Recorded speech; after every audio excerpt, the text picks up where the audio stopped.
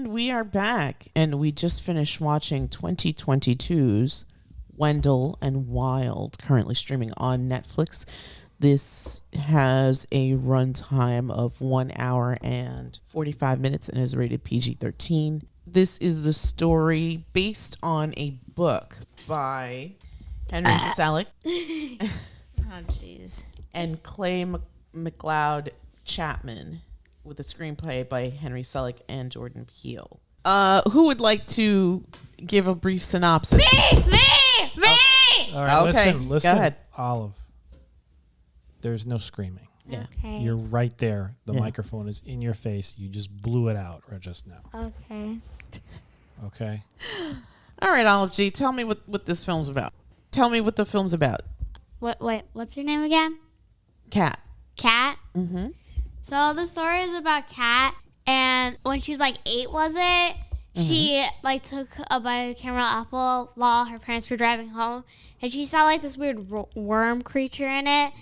And when she screamed, it caused her parents to lose focus of driving, and they like their car fell into a river, and like she was the only one who was able to get out. So like now it's a few years later, and apparently she went to prison for like killing a kid. I think you're going too much into the supporting details. I'm pretty sure she killed a kid by pushing him down the stairs. I don't know if he died. But this isn't really like you're giving a summary. Yeah, summarize it. Don't give us all the details. Don't spoil the movie. Yeah, just give a Just brief. give the brief synopsis. So there's a girl named Kat. What's so special about Kat? She's a Hell's Maid? Hell Maiden. Hell Maiden? Now, what is a Hell What is Maiden? that? Yeah. A Hell Maiden is like a person who can summon demons. Okay. Okay. And she summons them, and Who are the demons? Who are the demons? she summons Wendell and Wild, and something terrible happens. There you go. That's it. Yeah. Nice. Very nice. I'm going to go around the table and get impressions. I'm going to start with you. What'd you think? I didn't like this movie. Why? Damn. I was bored. I didn't like any of the characters. I didn't like the character designs. Really? I didn't mind that. What the heck, Dad? They worked really hard on those. Yeah, I kind of agree with that. At the beginning, I thought the stop motion looked pretty cool, right? But then some of the characters, like what was her name? Siobhan. She was Sweetie so and ugly. what was the other girl? Yeah, why were her nostrils on top of her nose? She looked like a deformed Barbie doll. Well, I think that's social. I think that might be commentary, but whatever. This was stop motion. It's hard to do. No. I mean, It took, as far as 5 it being stop motion, I appreciate everything the artists did. I just didn't like the character designs. I thought the character designs weren't very expressive, especially the lead character design. Kat, her face was kind of always in a scowl all the time, a very limited emotional range there. Yeah. Also, I don't know if it was just me, but sometimes the voice acting seemed a little lackluster. Okay. Yeah, there was that. I got to be honest. I feel bad for saying this, but Ving Rhames, you are the we have the meats guy. Yeah, all I could think of was Arby's. Me too. You know what? I didn't realize that was him. That has to be him, right? His voice is so It was Ving Rhames. distinct. Yeah. I didn't know. I noticed. I mean, from he has a beginning. great voice for characters. I mean, his voice is amazing, but I've seen too many Arby's commercials. Yeah, it's always at the end. Yeah, those commercials I are kind of annoying. Every time I heard him, I'm just we have the meats. Yeah, that was the first thing. I literally said that at the beginning of the movie. That's the Arby's guy. Key and Peele. Key seemed animated. I don't know if Peele was too into it. Yeah, yeah. Yeah, I don't know what was going on there. It kind of missed with me everywhere. I really wasn't interested in the story that much. I didn't think Kat was an interesting character. What did you think? I am going to out myself and say that I fell asleep through Like various multiple times. portions of this film. I may have only seen about 40%, so I don't know if I should even give an opinion here because I kind of feel like I would do a disservice. This is really But long. I was, you know what? I agree with you. I was just going to say an hour and 45 minutes is a long time, especially sort of kind of for a kid's film. I feel like this is supposed to be a kid's film, but You know what? It's not just that as a kid's film. It's just the story wasn't interesting. Yeah. It wasn't an interesting story. I mean, you got to have charming characters that are interesting, or at least interesting to look at. Seriously, I don't know. I really dislike the character design on every single character. But this is like Coraline. No. No. Coraline, the Coraline characters look great. Yeah, they did. They The looked characters' so faces much are better. expressive. Laika is amazing. Yeah, like it is Seriously. amazing. As good as this was, it wasn't Laika. It was it was very stiff. I mean, you could see the lines where their faces were like connected together. It just didn't hold my interest. There's ways that you can make people connect with characters that are just nonverbal. You don't have to even rely on the voice talent as much when you have like a beautiful art. Yeah. Turd baby. What? The golden turd baby. Turd baby? Talking about the Cocoa Melon baby. Oh. The Cocoa Melon baby? You know the one with the golden turd. Oh God, that show! Why'd you bring up that stupid show? You're talking about horrible character design. Golden turd. Yeah. Yeah, that weird. That's something else entirely. Also not good. Also not good. But at least in that case, the excuse is we don't have a lot of money to work with. And that's geared towards very, very tiny kids. Who don't care. But about this, like- character design. Like, I gotta be honest, I don't really.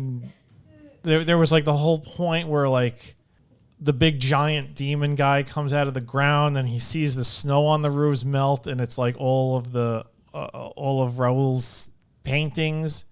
What the hell was that? He has a change of heart. He has The a art was so moving. I guess it moved him so much. He's like, oh, family. It was it just. It was kind of all over the place. Also, how did the snow melt so fast? I think because he was a big demon, and I guess he's generating Making it a lot hot. of heat. Maybe Yeah. I don't know. It just felt like this could have gone through like so many rewrites to just make it a little bit more interesting. And God, the character designs really just took me out of it. It looked cheap. Really? I mean, the way they moved in certain parts, that was good. They had good animation, but the character designs were just not good. Yeah, no. All right, Olive. What did you think? I like this movie. Yeah, what'd you like about it? I liked how it was stop motion. Unlike Dad, I think the character design, they tried at least. Stop motion is hard, Dad. No, I hope you're not 100%. misunderstanding. I agree. Stop motion is amazing. The animation was good. Character design is completely separate from animation. Not their fault they look so ugly. Yes, it is their fault it looks so ugly. They're the ones who made them. Somebody spent hours making the designs for these characters, and somebody was like, yeah, that's good enough. Because No, it's probably hard to make. It's very hard to make, but still, it didn't look good. Maybe they were going over budget with the characters, so they had to make them look ugly in order to save the script. No, there's no excuse. Well, from what I saw, I understand what you're saying, but I think this is done by Monkey Paw, which I think is Jordan Peele's production company, right? Yeah. And I don't think that this is something that they do. I mean, he's made other films, but I don't believe he's ever made this. So I think that from that vantage point, sometimes somebody who's not as technical is going to be less forgiving. It was Henry with Selick. I understand that, but it's also Monkey Paw Productions is making this film, right? I understand that, but it's Henry Selick. He is a guy who works in stop motion animation. He's the guy who directed Nightmare Before Christmas. Right. But that's coming from a different studio. It's his studio. Monkey Paw is Jordan Peele. No. Monkey Paw is a production company that hires Henry Selick's studio and Henry Selick's talent to make a product. Mm-hmm. All of the sets Wait, and these are the people who made, like, the Corpse puppets Bride? and the stop motion controlling. Are they? That's Henry Selick's studio. Okay, so I'm under the impression that Monkey Paw is making this. No. Monkey Paw is like an office on a lot somewhere. Did they? Were these the people that made like Corpse Bride and like the No, Corpse Bride is somebody else. Wiener or something? Whatever. No, that's somebody else, I think. I think they're the like Nightmare Before Christmas and Corpse Bride and Frankenweenie. I think are all done by Henry Selick's Studio? Oh, Yeah. really? Okay. There's I mean, as far as I know, there's only really 2 stop motion. Well, maybe 3 if you count like Wallace and Gromit. Mm-hmm. There's Leica, obviously. Wallace and Gromit people, and Henry Selick. I think the reason why people don't do this is because it takes like 5 years. It's extremely labor intensive. Yeah. I was gonna say Like they extremely. have to take a picture of every single shot, so like it's not Yeah, as moving easy as slowly. animation. Right, because very it's difficult. stop motion, so they have to make these little puppets and they have to make them move. I mean, whenever we see a Leica picture, right, you see at the end the all end, the oh all my the stuff God, that do you see goes that? into making these productions. So it's very labor intensive. So I'm wondering, okay, so you explained to me that this is Selick's studio. I didn't realize that. I thought that maybe Peele's studio was the one making this, and again, because this isn't something that they do, maybe they're less critical of the overall product, right? I didn't have a problem with the character design. I did have a problem with the story, though. I think it was very lackluster, unfortunately. It went way too long. It also didn't hold my interest, so much so that I took a nap. So Take a nap during interesting stuff too. You take a I nap during do- everything, Mom. yes, I do have some form of narcolepsy, I think. But What's that? it's when you just fall asleep. Okay. Yeah. This review You're an is animal. But I think that, again, this could have been a $2 production. It could have been a $2 million production. It could have been a $20 million production. Ultimately, if you have a weak story, you're going to have a weak film. And as much as I like Jordan Peele and Henry Selick, this just didn't pass the mustard. Pass the mustard. I agree. Mom, can you pass the mustard? Yes. Here. Did I get your impressions? What do you think? I agree with you and Dad. The story, Yeah. like God at damn first I was into it. what I was gonna say. Oh my God. Your sister's talking. Yeah, seriously. You forgot what you were going to say? At first, you were into it. At first I was into it, and then it just got really boring. And that one girl's character design made me really angry. I love how unforgiving you are. Hey, at least it's not as bad as that girl's hands in Crush. Don't You're bringing that. Don't- Yeah, don't- don't make your dad crazy. don't make me think about that movie. Makes you I think- angry. Yeah. I think that an hour and 45 minutes is a lot to ask from an audience. I think these types of movies, especially movies that are geared more so to kids, I mean, this could have been enjoyed by adults and children, but I think it seemed like it was geared more towards kids. And in that vein, it should have been at the 90-minute mark. I think anything past the 90-minute mark is you're asking too much of an audience. Yeah, I mean, this could have been just something on TV.